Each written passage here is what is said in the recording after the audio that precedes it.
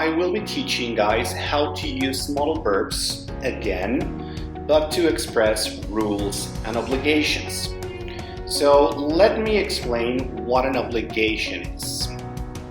An obligation is something that a person feels morally or legally bound to do. And in order for me to introduce the topic, I will be giving like 4 examples. So please try to identify the modal verbs that I have used to express obligation. So this is my first example. I have to finish this report by tomorrow morning. Second example. I must go to my sister's wedding next month. An obligation. You mustn't ride your bike without a helmet, because that is the rule, and there will be like consequences if you don't. And finally, Mrs. Blacksmith has to give a presentation at 10:30 a.m. So were you able to identify the modal verbs? Of course you were. So let's move on and let me explain which modal verbs we can use to express rules and obligations. There are 3 basic modal verbs we can use to express rules or obligations, and those are have to, must, and don't have to. So if we want to express that we need to follow a very specific rule or that we are bound to do something, these are the 3 modal verbs we need to use.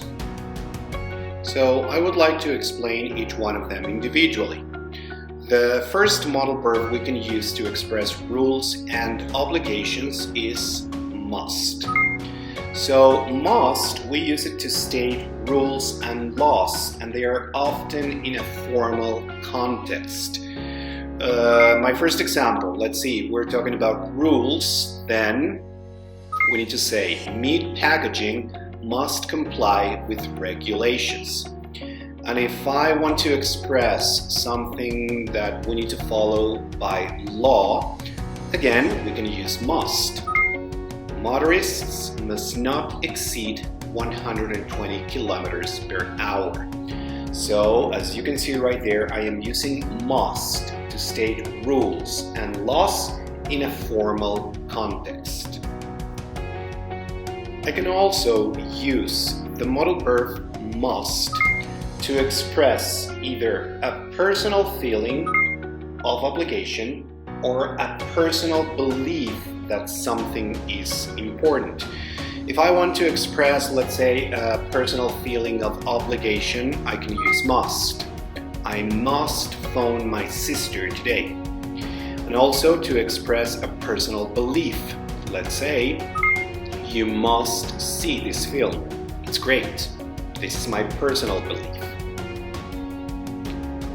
Okay, so we have a second modal verb we can use to express these rules or obligations, and that would be have to. I can use have to when I want to describe a duty or obligation, often coming from an external source. Let's take a look at my first example. She has to be at a meeting today. Another, I have to finish this report now.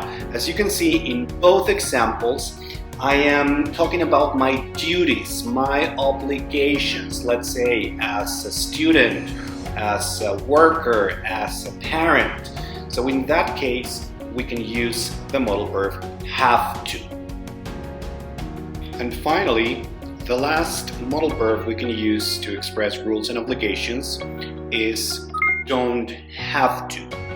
We use don't have to describe a lack of obligation or necessity. Let's say, you don't have to come to the party because that means that it's not necessary, it's not your obligation. And my second example would be, we don't have to use this machine. It's not an obligation and it's not necessary. So, well, as you can see right here, we use don't have to when there is like no obligation or no necessity for you to do something. So that's it. Thank you very much for watching. See you next time. And well, next time we will be checking some modal verbs to express necessity. So stay tuned. Okay, so thank you very much, and well, see you later.